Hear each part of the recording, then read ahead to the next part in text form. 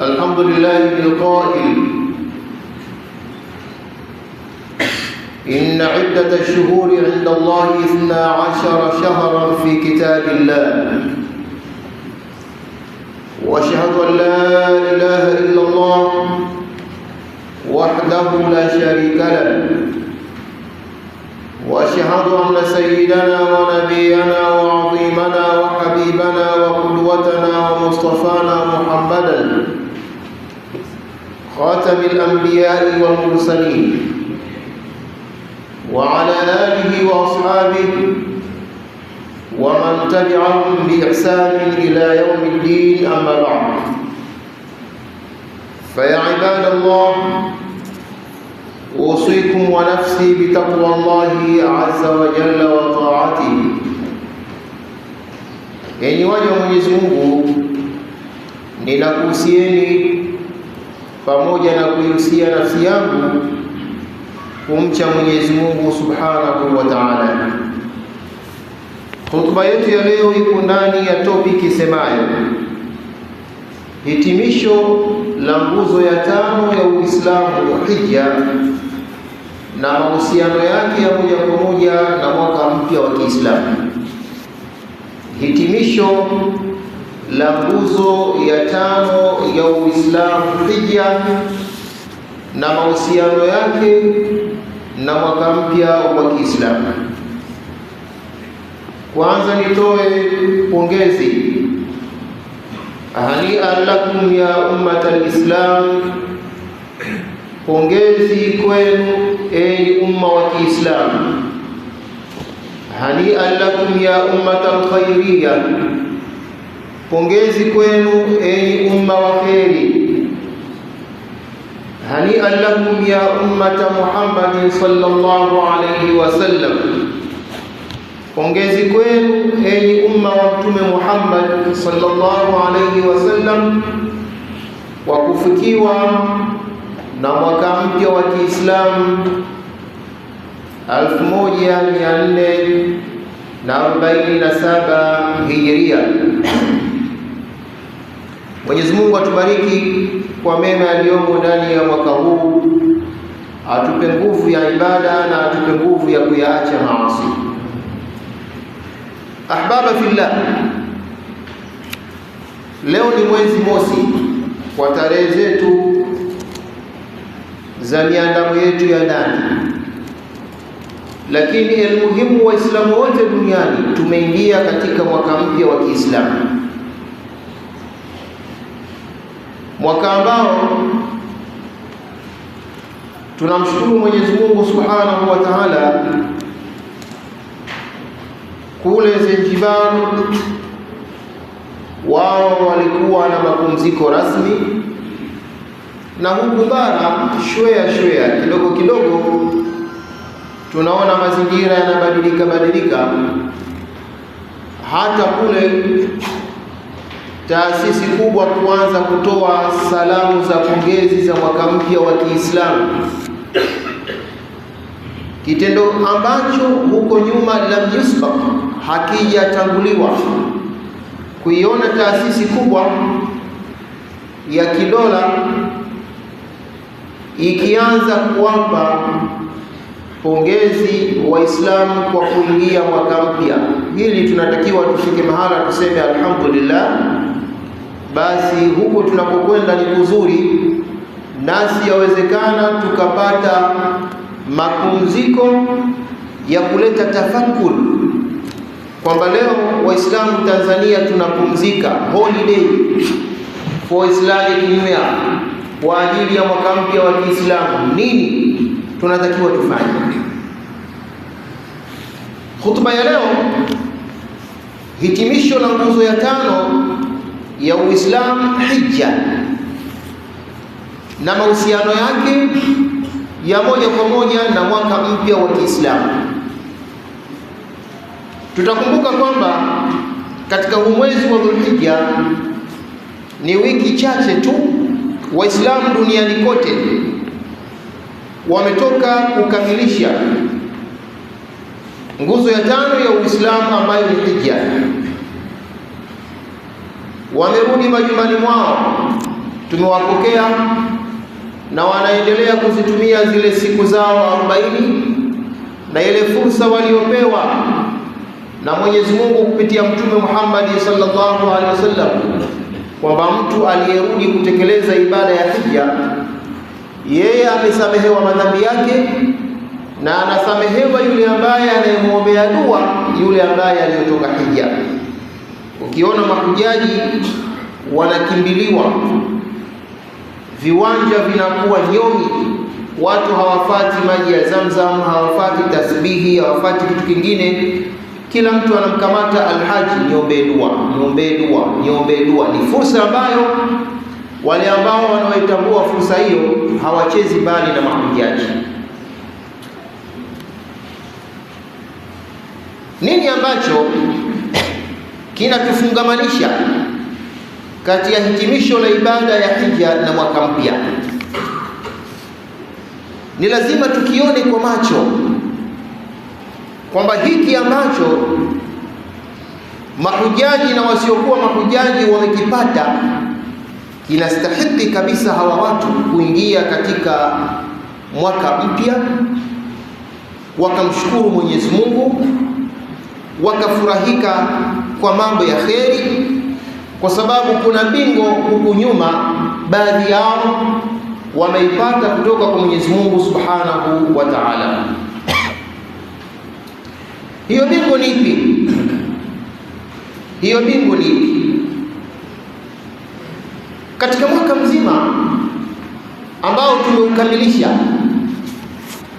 tumepitiwa na matukio makubwa ambayo yalikuwa na kazi ya kufuta madhambi ya Muislamu. Kwanza tumepitiwa na Ramadhani.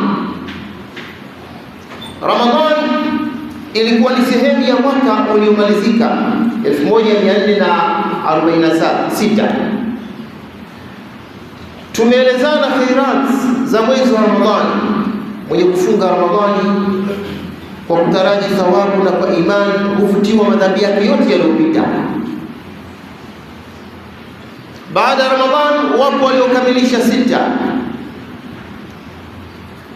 Lakini baada ya Ramadhani tukaingia katika mwezi wa Shawwal, mwezi ambao ni maandalizi ya ibada ya hija. Baada ya Shawwal ambao ni mfungo mosi, tukaupokea mwezi wa Dhulqaada, mfungo pili. Huo ni mwezi mtukufu.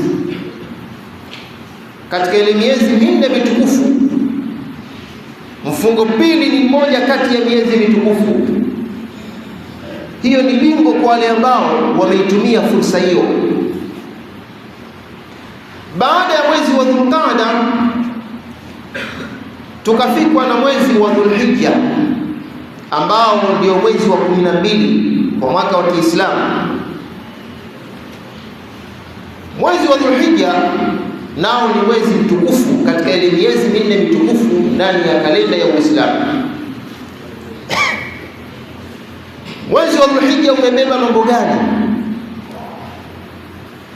Mwezi wa Dhulhijja kwanza ulipoingia tu umetubebea masiku 10 matukufu ambayo Mwenyezi Mungu aliapia, wal fajri wa layalin ashir, ninaapa kwa alfajri na masiku 10 ya Dhulhijja.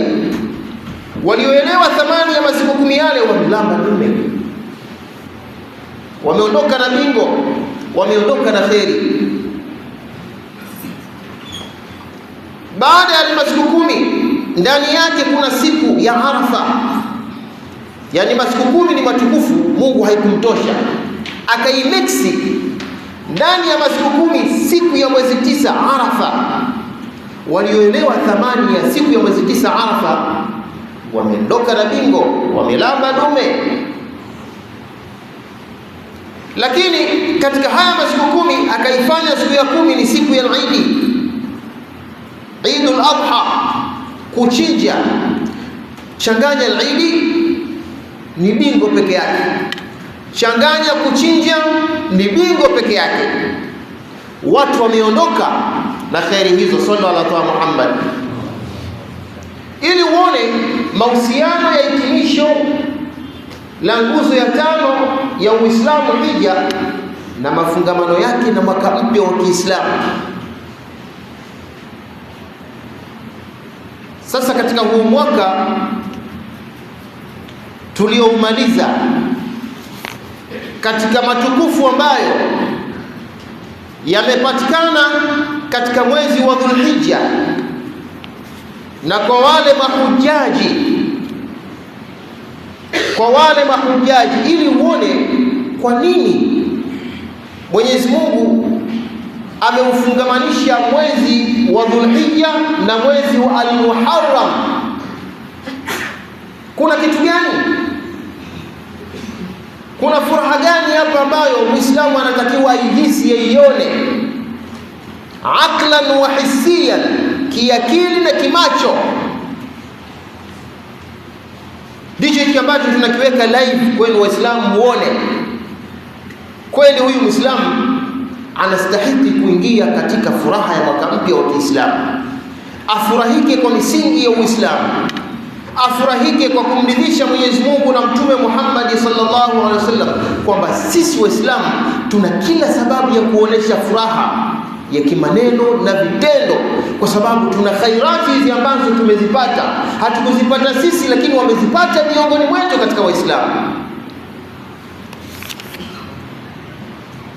Tuzijue zile kheri ambazo zimepelekea kufungamanika kati ya Dhulhijja na Al-Muharram, mwaka mpya wa Kiislamu. Mahujaji katika bingo ambazo leo ziwahamasishe wale watu ambao bado wanasema mimi nitakwenda haram, nitakwenda Maka mwakani, na ukifika mwakani nitakwenda mwakani. Hizi tukufu tunazozieleza hapa zilizopatikana katika mwezi wa mfungo 3 kwa baadhi ya Waislamu wetu zaidi ya milioni 300 duniani kote, zimhamasishe yule mtu ambaye bado hajatiania, ili na yeye mwakani insha Allah taala akazipata neema hizo. Anapoingia katika mwaka mpya, basi na yeye anajifaharisha kwamba mimi nimepata matukufu haya. Mahujaji kule Makka, katika zawadi kubwa ambazo amewawekea Mwenyezi Mungu Subhanahu wa Ta'ala, na hapa muelewe kwamba ibada ile ya hija katika umri inatekelezwa mara moja, katika umri wako wote. Wajibu au lazima ni mara moja tu, ukienda mara nyingine inakuwa ni tatawwa ziada, lakini lazima kwa kila Muislamu kutekeleza ibada ya hija katika umri. Ukiishi miaka 100, Mungu akikupendelea, basi mara moja utekeleze ibada ya hija. Kitu gani unachokivuna kule ili kikufurahishe kuingia katika mwaka mpya wa Kiislamu? Kule utakutana na nyumba ya Mwenyezi Mungu ambayo haipatikani duniani kokote. Haipatikani Paris, haipatikani Washington DC, haipatikani Urusi, haipatikani Tanzania. Nyumba hiyo tukufu inapatikana Makka peke yake, nayo ni Baitullahil Haram. Sallu ala Muhammad. Hiyo nyumba ya Baitullahil Haram imefungamana na Masjidul Haram. Vitu viwili vimekutana, Baitullahil Haram, Masjidullahil Haram. Nyumba ya Mwenyezi Mungu tukufu Al-Kaaba, msikiti wa Mwenyezi Mungu mtukufu wa Makka. Mwenyezi Mungu amemtaka Muislamu kwa mwaka, katika hii Disemba yako, katika huu mwezi wa 12 wako wa Dhulhijja, nenda alafu urudi na bingo ambayo haina mithali, haina mfano. Ni bingo gani? Katika ule msikiti wa Makka, swala moja ambayo mahujaji na waliokwenda kufanya umra walizosali katika msikiti wa Makka, swala moja ya faradhi, amelipwa swala 100,000 kwa msikiti usiokuwa wa Masjidul Haram. Amka Muislamu, kuwa na wivu Muislamu, tiania Muislamu, jipange Muislamu. Swala moja, yule aliyekwenda Makka kutekeleza ibada ya hija na akasali katika msikiti mtukufu wa Makka, swala moja ya faradhi amelipwa swala 100,000 utakazoswali Masjidul Qadiria, utakazoswali Masjidul Majmua, utakazoswali msikiti hapo wa Boko. Swala moja, swali ala Muhammad. Hii ni bingo ya kwanza ambayo inampa furaha mtu kuupokea mwaka mpya wa Kiislamu, kwamba swala moja aliyoswali ndani ya msikiti mtukufu wa Makka ameweza kulipwa swala 100,000. Sasa leo hotuba yetu itakuwa ni ya statistics, itakuwa na mambo ya math, hesabati, ili uone uonjo wa Dhulhijja na Al-Muharram. Mwezi wa 12 tumeumaliza vipi? Kwa nini tufurahikie kuingia Al-Muharram? Kuna bingo gani hapa? Kuna hamzatul wasli gani hapa iliyotuunganisha sisi? Furaha hii inapatikana vipi watukufu wa Islamu? Amka. Dini ya Uislamu ni dini ya kweli, ni dini ya logic. Kila kilichopo ndani ya Uislamu kina logic kubwa. Hesabu ya kwanza tuianze kwa sala zetu za Masjidul Qadiria. Swala 5 utakazoswali Masjidul Qadiria hapa na msikiti mwingine Tanzania usiokuwa wa Makka, swala 5 wastani wake ni daraja 25 na daraja 27 alizozieleza Bwana Mtume Muhammad. Hazijafikia uwezo wa kupiku swala nyingine yote na kufananishwa na swala nyingine yote, ni daraja 25, daraja 27. Swala 5 piga hesabu 5 mara 360 siku za mwaka mzima, unapata 1,800. 5 mara 360, tumuombe Mwenyezi Mungu atupe ucha Mungu wa kuswali siku 360 swala 5 za faradhi msikitini bila kumisi.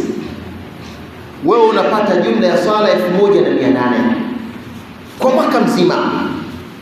Hujaji aliyekwenda Makka ameswali salatu subhi katika msikiti wa Mwenyezi Mungu pale Makka, Masjidul Haram, swala yake moja amelipwa swala 100,000.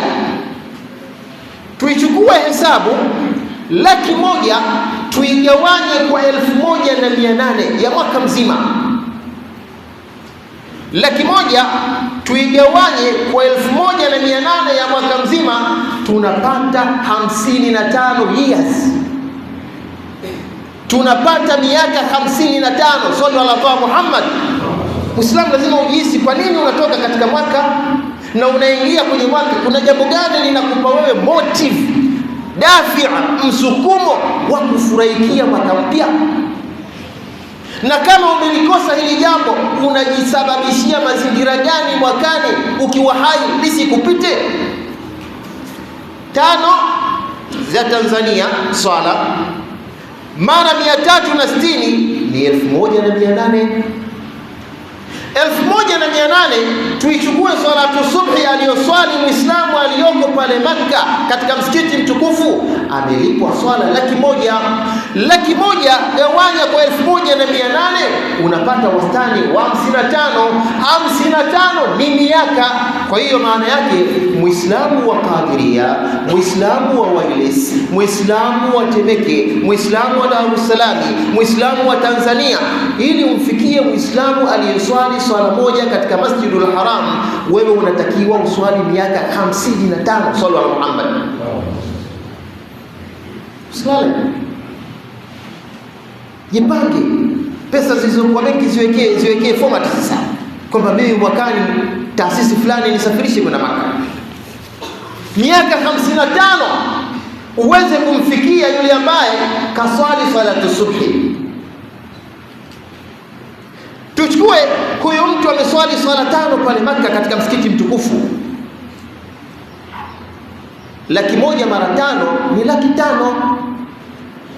Ni 500,000. 500,000 igawanye kwa 55. 500,000 igawanye kwa 55 unapata 275. Swali ala Muhammad. Haji huyo aliyotoka Makka. Na hapa lazima muelewe kwa nini hujaji anakimbiliwa. Kwa nini viwanja vya ndege vinakuwa nyingi kuwapokea mahujaji? Mtu hana ndugu yake yote aliyekwenda Makka, lakini siku zote wanazoripoti mahujaji pale Makka yeye ndio wa kwanza. Tena anawakamata dua. Kitu gani kavuna huyo? Lazima uhisi na wewe kikupe wivu. Kikupe wivu ushawishi. Kwa hiyo swala 5 za Masjidul Haram ni sawasawa na swala 500,000. Swala 500 ukizigawanya katika ile 1855 unapata miaka 275. Kwa hiyo wewe Muislamu wa Wales na wa Tanzania unatakiwa uswali miaka 275 umfikie Muislamu aliyeswali pale Makka kupitia ibada ya hija aliyokwenda kuifanya au ibada ya umra aliyokwenda kuifanya, ndio uweze kupata wastani wa swala 5. Tena hapo muombe asimame asende kuswali siku ya pili. Akienda siku ya pili kuswali kakuongezea dini. Swali ala Muhammad. Yaani haya ndio mambo ambayo yanapatikana katika mwezi wa 12 huu tuliomaliza. Mungu anatuambia kwa mambo haya hebu ingieni katika mwaka mpya. Kwa mambo haya hebu furahikini kidogo katika sura ya kumridhisha Mwenyezi Mungu. Hii ndio logic. Miaka 275. Sasa kwa mahujaji wote wanaokwenda na taasisi mbalimbali zinazowapeleka mahujaji kule pale Makka, kuna wastani wa kukaa siku 7 kabla ya kwenda katika vurugu zile za Mina, Arafa, Mina, tupia mawe vijiwe. Siku 7 kwa wastani hizo haji anazipata siku 7. Piga swala 5 mara siku 7 unapata 35. Swala la Muhammad. Swala 5 mara siku 7 unapata 35. 35 hiyo ukijumlisha kwa siku 7 maana yake ni 3,305,000. Swala la Muhammad. 3,305,000. Hizo 3,305,000 ukija ukizigawanya kwa Muislamu wa Masjidul Qadiria na Tanzania na East Africa, ili uweze kuzipata swala 35 alizozipata alhaji aliyokaa Makka siku 7 na akaswali pale siku 7 zote swala 5 katika Masjidul Haram, wewe unatakiwa uishi miaka 9,625 ili Muislamu uzipate swala za alhaji alizoswali siku 7 tu pale Makka. Siku 7 pale Makka. Muislamu unao mzigo, usife kabla ya kwenda hija. Sallallahu alaihi Muhammad. Siku 7 swala unazoziswali pale msikiti wa Mwenyezi Mungu, Masjidul Haram, Baitullahil Haram, ili Muislamu mwingine asiyekuwa pale aweze kumfikia yule, anatakiwa aombe kunuti za kila namna. Mwenyezi Mungu ampe umri wa miaka 9,625. Miaka hiyo naipata wapi? Mahujaji wote duniani waliorudi mwaka huu 2.5 milioni 3, Mwenyezi Mungu kawakirimu, na ndio maana wamepewa bingo kwamba hawa Mungu kawasamehe, na wamepewa uwakala wa kuwaombea dua wawasamehe wale ambao wanaombewa dua na wao. Alhaji ana nafasi ya kumwombea dua yule ambaye hakwenda hija, naye akasamehewa kama alivyosamehewa yule alhaji. Hizo wamepewa kwa siku 40. Sallallahu alaihi Muhammad. Kama unaye alhaji ndugu yako, rafiki yako, Mtanzania mwenzako, halafu bado unamuona ni mtu wa kawaida, ufuate wala usimnyanyapaya. Haji mwenyewe huyu bwana, alhaji mwenyewe huyu bwana kule kaenda kubalizana na Mungu, karudi mpya. man hajja falam yarfus wa lam yafsuq raja'a ka yawma waladatu ummu, mwenye kuhiji akawa kufanya vitendo vichafu anarudi kama siku aliyozaliwa na mama yake mzazi, hana dhambi. Hivi kwa haya ya siku 7 tu, ya siku 7 tu yanayopatikana katika Masjidul Haram, hatujaona kule Madina ambako pia haji anakaa zaidi ya siku 5, siku 6, siku 7.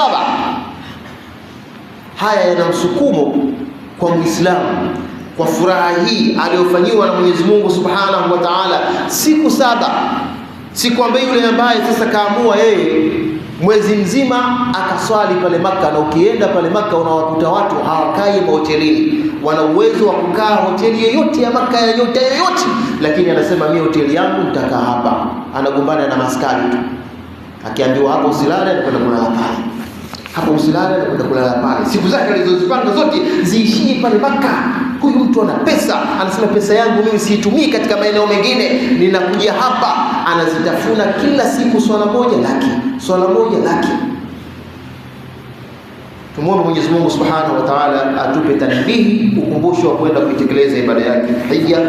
Na wale wasiokuwa na uwezo, Mwenyezi Mungu pia huwa anawafikisha kwa nyenzo zake. Kwa nyenzo hizo Mwenyezi Mungu awafikishe wale watu wasiokuwa na uwezo waweze kuitekeleza ibada ya hija.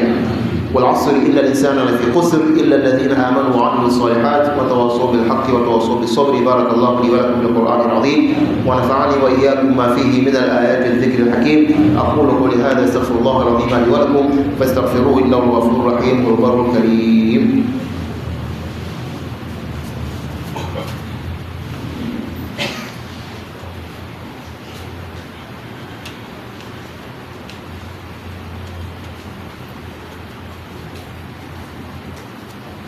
الحمد لله واشهد ان لا اله الا الله وحده لا شريك له واشهد ان سيدنا la ibada ya hija ambayo ni nguzo 5 ya Uislamu na mahusiano yake na mwaka mpya wa Kiislamu. Tumeona katika hotuba ya kwanza kwa summary kubwa sana kwamba ukisikia Dhulhijja Disemba ni kama vile ndio Disemba ya Uislamu, ndio mwezi wa 12. Huu mwezi wa 12 ambao tumeumaliza jana na leo mwezi mosi, tumeingia mwaka mpya. Mitandao yote ya kijamii imejaa Happy New Islamic New Year, Happy Islamic New Year. Furaha hii kuna kitu gani musbaq kilichotangulia nyuma? Wasiokwenda hija wamefunga Arafa mwaka mzima na wao wamefutiwa madhambi. Wasiokwenda hija wamechinja, kule kuchinja pekee yake ni kafara ya kufutiwa madhambi ya aina mbalimbali. Wasiokwenda hija wameswali Eid, ile Eid kati ya Eid mpaka Eid yanafutwa madhambi yasiyokuwa ni makubwa. Lakini wale ndugu zetu ambao walibahatika kwenda Baitullahil Haram, mmeona bingo ambayo wameipata. Kwa nini Mwenyezi Mungu asiwawekee mazingira ya kufurahi kwa misingi ya Uislamu? Kwa hiki ambacho Mwenyezi Mungu mimi amenifanyia, yule aliyokwenda hija na wewe kwa mwaka huu, kwa nini mimi pesa yangu isichimbe kisima? Hii madrasa inasumbuka haina kisima, hii shule inasumbuka haina kisima, hiki kituo cha mayatima hawana 1, 2, 3, kwa nini nisiwafanyie? Hawa wanafunzi wanakerekwa hawana karo, wamerudishwa chuo kikuu, wamekosa ada, wamekosa mkopo. Mimi nina uwezo kwa furaha aliyonipa Mwenyezi Mungu Subhanahu wa Ta'ala, kwa nini nisifanye ABC hizi? Yaani tunapoingia katika mwaka mpya, lengo si kupongezana. Inawezekana unampongeza mtu lakini hujui logic kwa nini unampongeza mtu. Lakini hapa unaelewa kwamba mwaka umefungamanishwa kati ya mwezi wa 12 wa Dhulhijja na mwezi wa kwanza wa Al-Muharram tuliokuwa nao. Kuna mambo hapa Mwenyezi Mungu kawamiminia waja wake tena kwa siku 7 tu. Maana mahujaji hawa wanaokwenda kule, hakuna taasisi inayowaweka mwezi mzima, hakuna. Siku 20 wamezidi sana 25. Lakini katika siku hizo Mungu kawapa fursa ya kuswali katika misikiti ambayo duniani kote haipatikani. Sallu ala Muhammad. Huyu katoka Makka, kachoka na mikiki ya hija, kaenda Madina al-Munawwara, Madina al-Munawwara unamkuta yule sahibul hijra, yule mwenye mwaka wa Islamikia, yuko pale amelazwa pale. Madina al-Munawwara unakuta msikiti wake Masjidun Nabawi, msikiti wa Mtume sallallahu alaihi wasallam, msikiti ambao Mtume sallallahu alaihi wasallam anasema salatu fi masjidi hadha khairun min alfi salati fi ma siwa, swala moja katika msikiti wangu huu wa Madina ni sawa sawa na swala 1000 katika msikiti usiokuwa huu. Swaleni Mtume Muhammad. Mtume anawapa hamasa Waislamu duniani kote. Utaswali Masjidul Qadiria mpaka lini?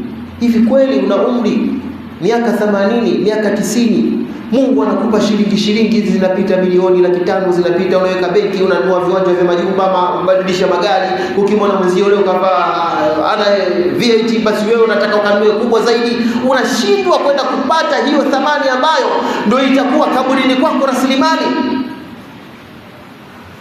Una umri gani wa miaka 9625 kwa siku 7 tu? Waislamu, Mungu atupende vipi? Mimi sitaki kuwaingiza motoni waje wangu wema Waislamu. Ndio kauli anayosema Mwenyezi Mungu hisian. Mungu anasema sitaki kumuingiza Muislamu kwa mazingira haya niliyoyatengeneza. Muislamu ataingia motoni yeye mwenyewe kwa kujifosi. Lakini Mwenyezi Mungu kayatengeneza mazingira. Wewe unaoingia mwaka mpya wa Kiislamu una furaha. Kadhalika ukwenda Maka, lakini alikupa Ramadhani. Na Ramadhani akakupa usiku mmoja wa Lailatul Qadri, kwamba huo usiku ukiufanya ibada ninakulipa ibada za miaka 83-84. Usiku mmoja. Una sababu gani ya kuwa mnyonge? Una sababu gani ya kutofurahikia kiheri kwa kuingia mwaka mpya wa Kiislamu? Madina swala moja ni sawa sawa na swala 1000 uswali Masjidul Qadiria. Yani Waislamu wenzetu leo walioswali pale Madina kwa Mtume Muhammad, ili tuwafikie wale, tunatakiwa hapa Qadiria tuswali Ijumaa 1000, na yule wiki ijayo tumpigie simu tumwambie asende msikitini, akienda katuongezea deni. Kwa hiyo akiswali Ijumaa 4 pale, maana yake ana Ijumaa 4000, sisi tunazilipa kwa ngapi? Nimeziweka statistics zake, lakini muda hautoshi ili kumfikia mtu anayeswali Madina pale kwa siku 6. 1500 piga mara siku 6, alafu igawaje kwa 1800 kwa mwaka mzima, wastani wa miaka 16 kwa Muislamu aliyekwenda Madina kumzuru Mtume Muhammad na akasali swala 5 katika msikiti wa Madina, ambapo swala moja amelipwa 1000, swala 5 1500, 5 ipige mara 6, unapata jibu lake. Swala 30 gawaja kwa 1800, unapata wastani wa 16, miaka 16. Wewe unatakiwa uswali, ujipinde unaswali tu ili umfikie mtu aliyoswali siku 6 katika msikiti wa Mtume Muhammad sallallahu alaihi wasallam. Pesa yako ina maana gani kubakia CRDB? Pesa yako ina maana gani kubakia NMB? Pesa yako ina maana gani kuilimbikiza ama na benki yoyote? Kila mwaka unailimbikiza, unapotakiwa kutoa dola 6000 kwenda Maka, unaona unakuwa maskini, unaona unafilisika. Vijana tunawaombea dua Mwenyezi Mungu awafungulie biashara zenu. Kila mwezi mnakwenda China, Guangzhou kukusanya mzigo, na mkifika China mnakaa mwezi mzima.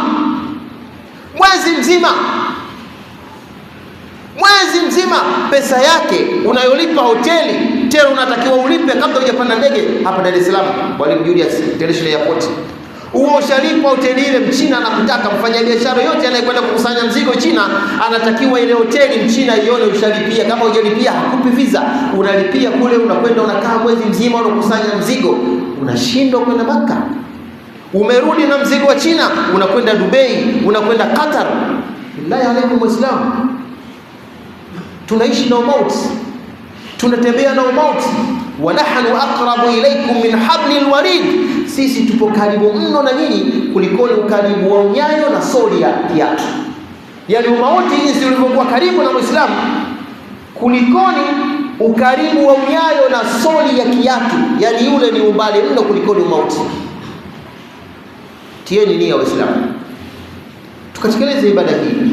Ukirudi wewe, maana yake umejiwekea rasilimali kwamba mimi nikifa. Angalieni yule haji aliyosafiri na Baraza Kuu la Islam Tanzania BAKWATA, mzee Mkwala. Mzee Mkwala yule ana umri wa miaka 95. Mimi nilibahatika mwaka huu kuongoza mahujaji wa Baraza Kuu la Islam Tanzania BAKWATA. Mzee yule amehudumu pale BAKWATA kuanzia mufti wa kwanza marhumu Hemedi bin Juma bin Hemedi, Mungu amrehemu, marhumu Sheikh Isa Shabani Simba, Mungu amrehemu, na mufti huyo alikuwa hivi sasa Sheikh Abubakar bin Zuberi. Kazi yake ni kufagia msikiti na kupanga viatu vya watu wanaokwenda kuswali na mwenyewe anaswali. Kwa miaka yote watu wanasafirishwa na yuko pale. Mwaka huu akasema, mufti piga uwaga na gaza, na mimi naomba tiketi ya hija nikahiji. Mufti ya kukutazama umri wake anamwambia, bwana wewe, hija ni vita, bado huiwezi. Kwa nini tusimpe mtu tiketi ya kwenda kuhiji? Anasema, nataka ni mwenyewe nikahiji. 1930 amezaliwa yule mzee Mkwala. Mufti kampa tiketi, tumesafiri naye, tumefika Makka. Kitu cha kwanza anachokifanya watu ni kufanya umra. Unafanya umra, tumefanya naye umra, tumemzungusha kule. Kuzunguka Kaaba kwa kijana tu mwenye nguvu zaidi ya masaa mawili, sikwambii mzee, kwa ile halaiki nyobe iliyokuwa pale, kwa sababu kutoka hapa mpaka kwenye maiki hapo unaweza ukatembea dakika 10, unyayo hauendi, pole pole, na watu hawaminyani, watu hawaangushani, watu hawatukanani. Swalla ala Muhammad. Itizame hiyo picha, halaiki ya watu inazunguka Kaaba, hatukanwi mtu, haangushwi mtu, hasukumwi mtu, watu wote wapo katika idhlala. Kaaba unaiona ile pale, makamu Ibrahim unaiona ile pale, kisima cha Zamzam unakiona kile pale, Safa na Marwa. Eneo hilo ni eneo nyeti zaidi ya Ikulu, ni eneo tukufu. Mzee wa watu kazunguka mara 7. Kenda Safa na Marwa. Ukisikia Safa na Marwa, maana yake mlima wa Marwa uko kule mwanzo wa mtaa wa Mkumba, na mwisho wa Safa ni mwisho wa mtaa wa Changani. Ni hatua unatembea kule, Safa 1 Marwa 2. Mzee wa watu katembea. Tumekwenda yaumu tarwiya kule Mina. Mzee wa watu kenda, ya Rabbil alamin, kafanya majambo ya kule, kafika Arafa. Tumelala Muzdalifa, mahala ambapo hapana formula. Wizara ya Hija inashindwa kuandaa mazingira pale, unaweza ukalala chini, ukalala chini. Huyu mufti wetu Sheikh Abubakar bin Zubair bin Ali Mbwana, yeye kwa nafasi yake ya diplomatiki, passport aliyokuwa nayo, ana uwezo wa kusafiri na VIP. Akawaacha mahujaji wa BAKWATA, akenda akapokelewa na mfalme, akalala huko kwenye magorofa kama wanavyofanya wenzake. Lakini kwa ucha Mungu alikuwa nao mufti, amegalauka na mahujaji wake to Z. Swalla ala Muhammad. Kaacha VIP yake, kaacha kupokelewa na mashangingi yake. Ni ucha Mungu. Tumpe haki yake. Muzdalifa pale kalala chini, wakati alikuwa na uwezo wa kulala juu ya ghorofa VIP. Kalala chini. Kila anayekwenda haji Muzdalifa anajua nini maana yake. Hapana formula. Huyu mzee tumelala naye, tumemaliza ibada ya Makka, tumekuja Madina kwa Mtume Muhammad sallallahu alaihi wasallam. Kafika tayari tired, ameshachoka. Tunamwambia mzee, pumzika basi japo siku 2 siku 3, tutakwenda msikitini kumsalia Mtume. Anasema hapana, leo nimefika na leo nataka nikamsalimie Mtume Muhammad. Anatembea kutoka hapa mpaka kwenye nguzo, anakaa chini, anakunywa maji ya Zamzam zaidi ya saa 1. Anatoka hoteli mpaka msikitini, na hoteli zile ziko karibu mno, pana kimiwa, unakwenda unawahi swala katika msikiti wa Mtume. Mzee wa watu kafanya ibada zote. Tumerudi naye hapa siku ya Jumatano. Alhamisi kaupata usingizi wa Tanzania usiku Alhamisi. Inna lillahi wa inna ilaihi rajiun. Ana umri wa miaka 95, kana kwamba alikuwa anajua. Na yule siri zilizokuja kuibuka ni mzee ambaye alikuwa na kabuli ya dua, akikuombea dua nitolee mbele ya Mwenyezi Mungu Subhanahu wa Ta'ala. Karudi hapa, Mungu hakutaka kumbakisha kule, kamwambia rudi Tanzania, sitokupa fursa ya kuzungumza maneno ya ovyo Tanzania, sitokupa fursa ya kufanya vitendo vichafu Tanzania, sitokupa fursa ya kuiharibu hija yako Tanzania. Amekufa baada ya kushuka, kazikwa, yupo rawdatun min riyadil janna. Ndugu zangu Waislamu, kwa kuwa tunaingia mwaka mpya wa Kiislamu na furaha tuliyokuwa nayo, kwa kumalizia hotuba yangu ombi langu kwenu ambalo kila ninapokuja hapa na wasisitiza, haki ya msikiti wa Masjidul Qadiria kila Ijumaa ni kukusanya milioni. Hii ni haki. Hii ni haki kwa Waislamu waliokuwa humu wanaswali matajiri, wanaswali mwenye uwezo wa kati, wanaswali mwenye uwezo mdogo, bila ya kuwa na problem yoyote. Yani hiyo maana yake ni pesa ambayo Waislamu sisi tunatakiwa tuchangie hapa. Kama kweli tunafika mahala sisi tunasema ndio Waislamu, hatuwezi tukazidiwa na nyumba nyingine za ibada. Wale ni watu kama sisi. Wana mioyo gani ya wao kwa siku kuchanga milioni 5 kwenye nyumba zao? Sisi tunashindwa. Inna lillahi wa inna ilaihi raji'un. Sisi tunafika mahala, kwa nini tushindwe? Kwa jambo gani? Tubadilike ndugu zangu Waislamu. Tubadilike katika watu ambao wanaishi choka, wanaishi kwa udhalili. Ni watu wanaotoa huduma misikitini. Ni watu wanaotoa huduma misikitini. Tunawasaidia vipi? Imamu wa msikiti hana bima. Hana bima, hana uhakika. Mtu ambaye anawaongoza watu peponi, bima anayekewa mtu wa baa. Mtumishi wa baa anafanya kazi ya kuwahudumia watu walewe kila siku, meneja wake anamwekea bima ya uhakika. Imamu anayewaswalisha watu msikitini, tunashindwa. Sisi hapa tuko watu wangapi? Kusanya kina baba na kina mama zaidi ya watu 1000 kila Ijumaa tunaingia hapa, tunashindwa kumwekea bima imamu. Huyu muadhini anawaita watu, hakuna mtu mtukufu duniani kama muadhini sallallahu alaihi Muhammad. Anawaita watu, vunjeni shughuli zenu, njooni msikitini. Hana uhakika wa maisha yake. Hii Ijumaa akimaliza hapo anapewa 2200 buku 2200, zinamsaidia nini? Hawa watu wanawake wana shughuli nyingine. Lakini kama unafika mahala msikiti kama huu Ijumaa inapatikana milioni 1, kwa nini huyu asiwe na uhakika wa maisha yake? Hivi anapokuja kumuomba huyu Sheikh Zailai, bana mimi nimepata kazi, Sheikh Zailai anamzuia vipi? Sheikh Ali anamzuia vipi huyo mtu? Kwamba hawa watu 500 hawana uwezo wa kunikaba, hawana uwezo wa kunikimu.